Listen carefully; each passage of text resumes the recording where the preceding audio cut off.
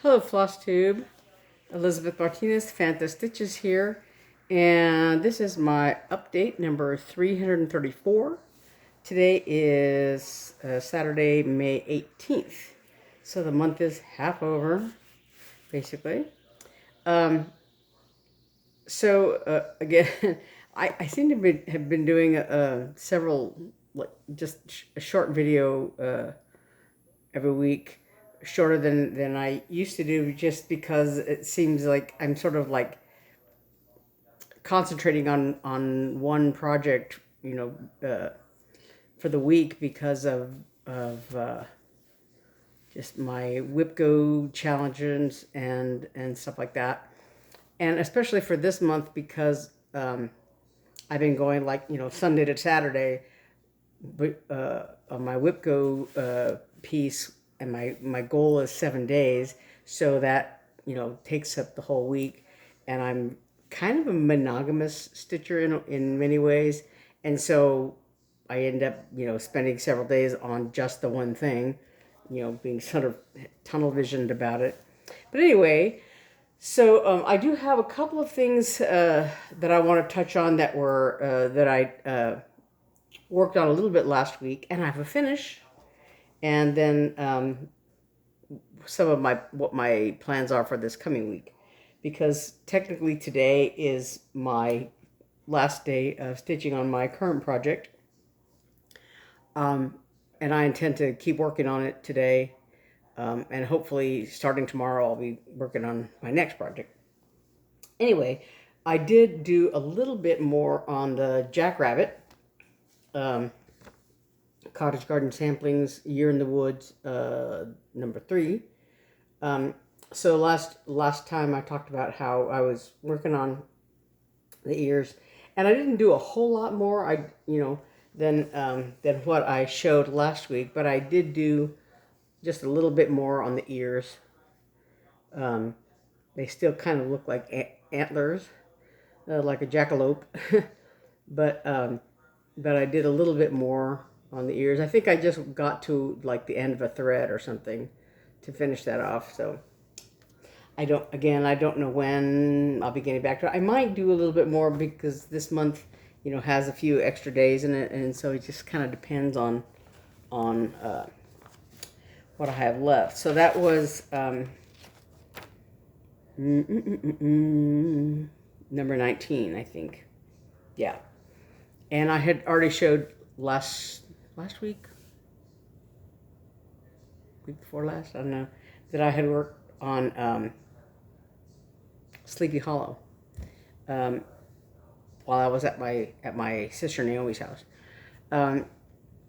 So yeah, I did a little bit of that. But on Sunday, on Mother's Day, I did have a finish. I had talked about how I've been working on this Mother by Ezia Gladstone of New York Dreamer, and I had been working on it for a couple of years now, and but I had gotten to where I had done a lot of it, but then I'd gotten to where I only worked on it like on Mother's Day or on my mother's birthday or whatever, and so I didn't put a whole lot of stitches in it each time.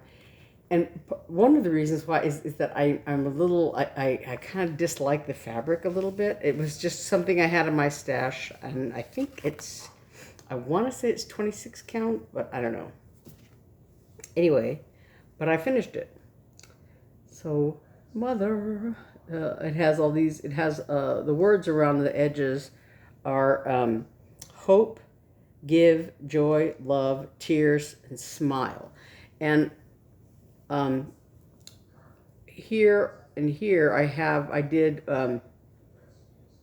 two, what are called, I believe they're called Tudor roses, and it's something that I came across in a Chessie and Me chart that I had, that where you do the like 5 backstitched kind of spokes, and then you weave thread around the spokes until you have this sort of 3D flower thing. and you can kind of see the spokes a little bit because I was going to pull the chart out and make sure I did everything right and whatever, and I didn't. I just kind of did it by memory. So, and because this fabric, the weave of this fabric is so open and loose, so anytime you put a stitch in, it kind of pulls the fabric threads, one way or the other, and so it's very easy for it to get very wonky. So the roses look a little wonky to me, and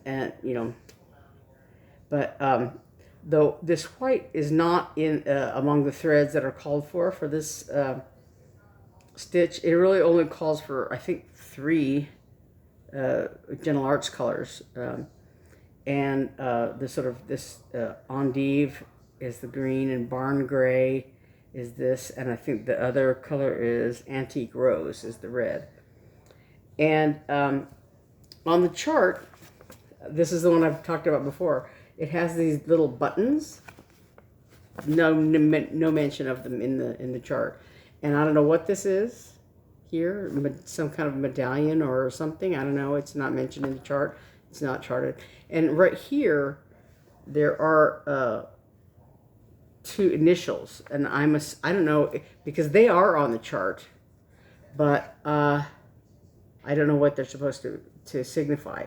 I don't know if they're the initials of this person's mother. If I because it looks like it's an A and a P, and they're above the word joy, and so I don't know what they are, but I didn't put them in there.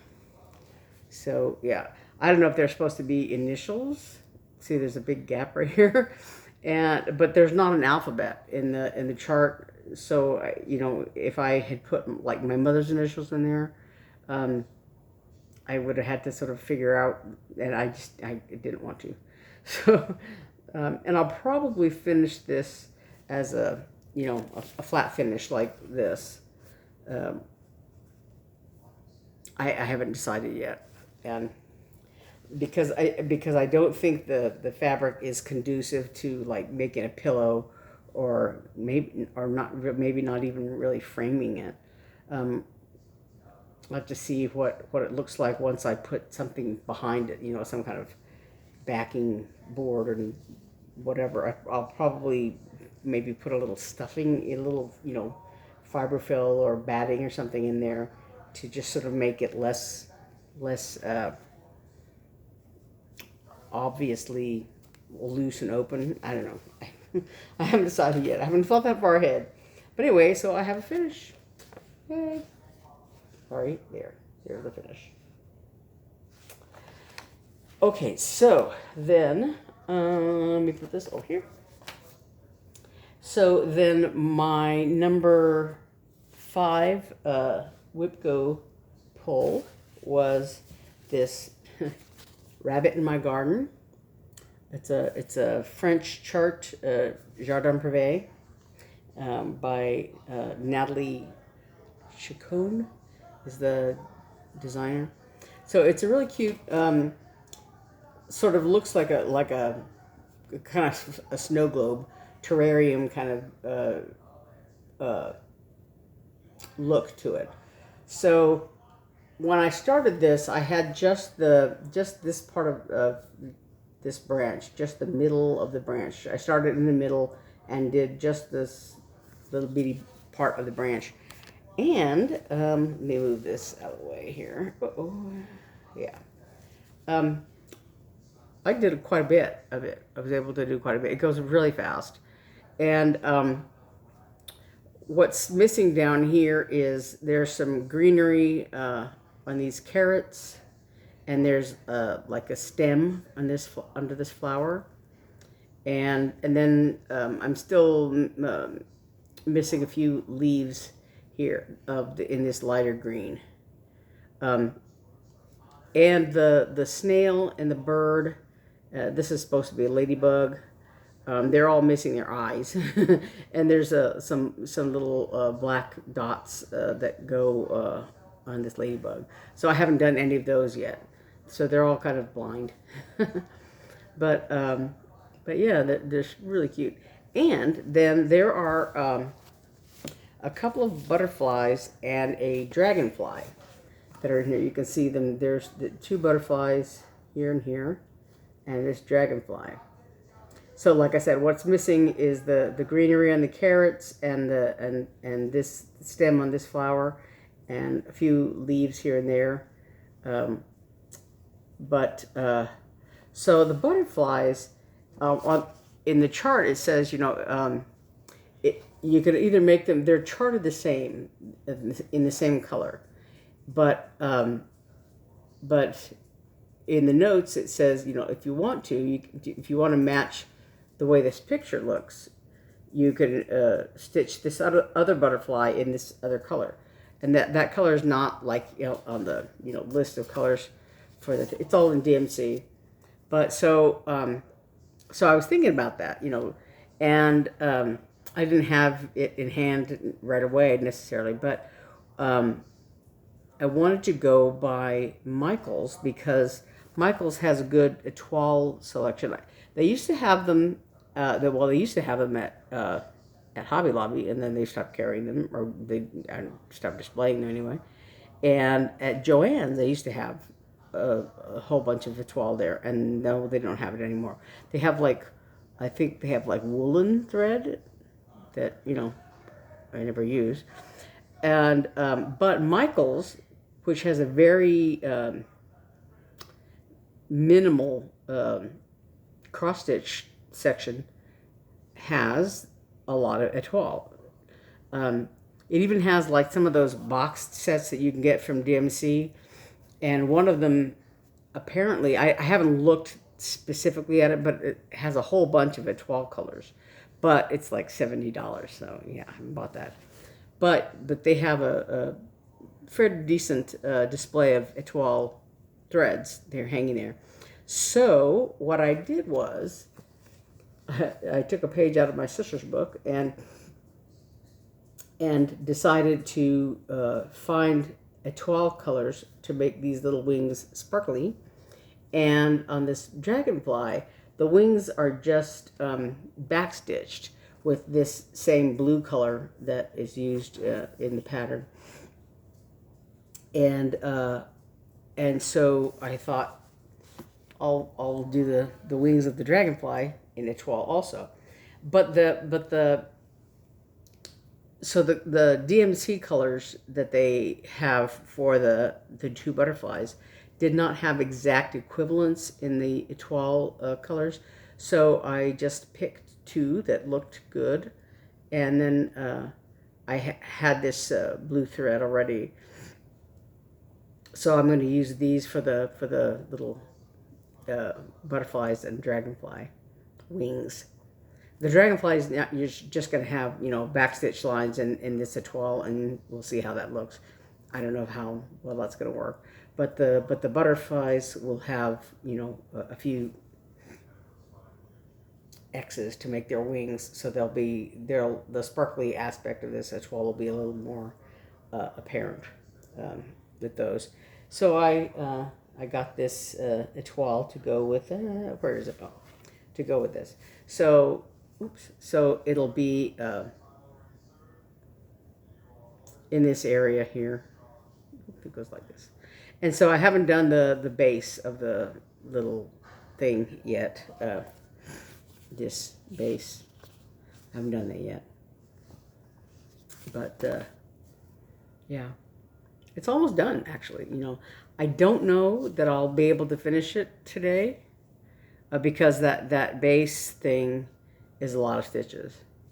But I may be able to finish it by the end of this month because, like I said, that after next week I'm going to be working on one of my other WIPGO things, but then the week after that is several days, and so I can work on some of my secondary charts and maybe finish this, depending on how far I get today, later on tonight. But so that is my number 5 WIPGO chart, and then finally my number 13 is the other one I have not worked on yet.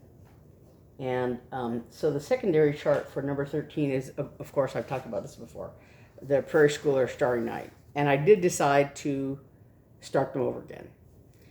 So I don't know that I'm going to start right away, restart this one, because this is the one I was starting to do on the other fabric.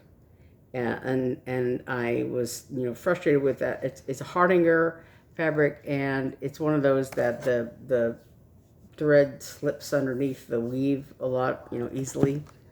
And I don't think it'll do that. I'll have that problem with this. This is 28 count Irish linen that I got at I don't have the label right here, but I got it at Michael's last time I was there, a couple weeks ago.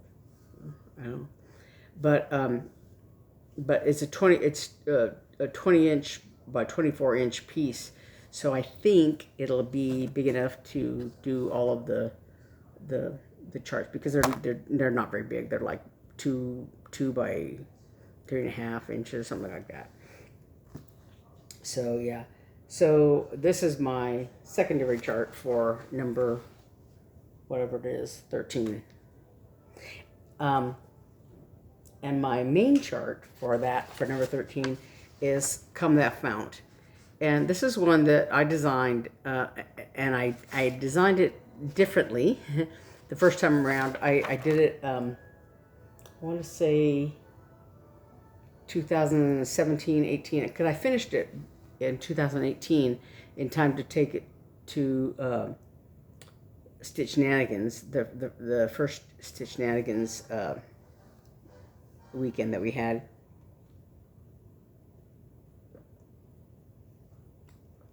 And I think that was in 2019.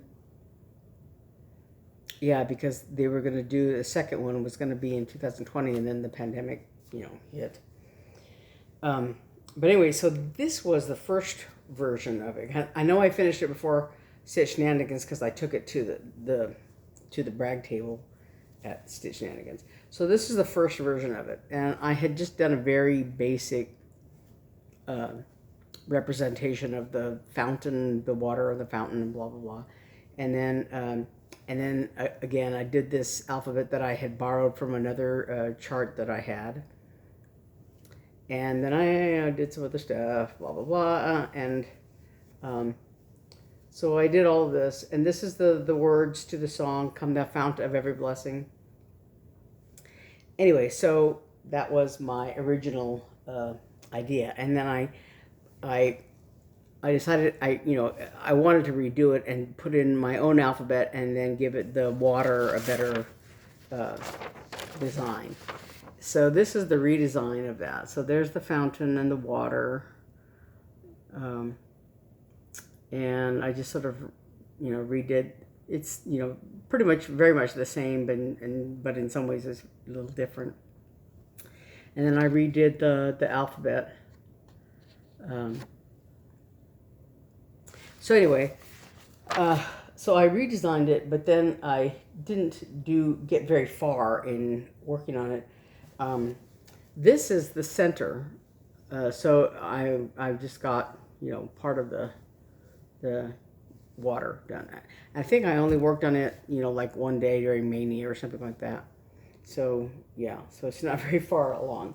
So my goal is 7 days, and I'm hoping that I can get more done. Maybe at least like this first section or something at least.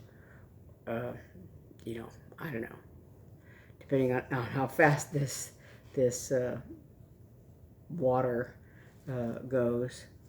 But it's it's a little bit nicer design, I think.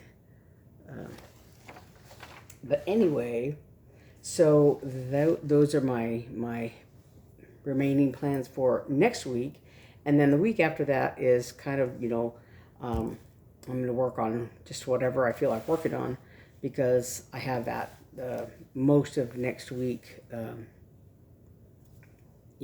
to do whatever needs to be done.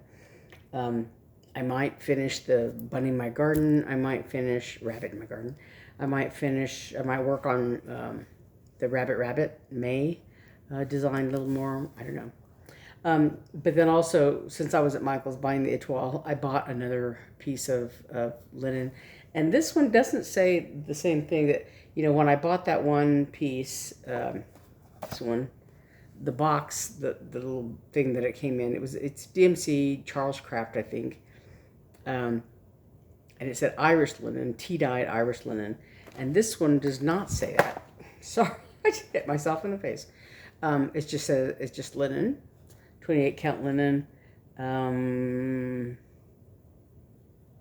Yeah, it's the DMC Charles Craft, but it doesn't say anything else. 100% linen. It doesn't say anything about like Irish linen or anything like that. I did notice that the color is slightly darker here than this one. So, but I don't think that it'll make that much of a difference if I have to use this. I don't know that I have to. I think that all the 7 things will fit on this piece of fabric.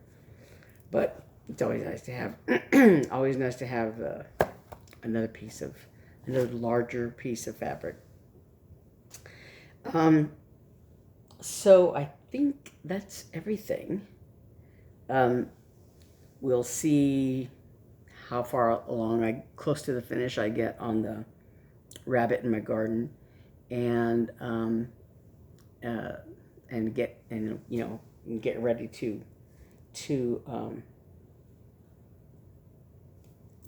work on Come Thou Fount.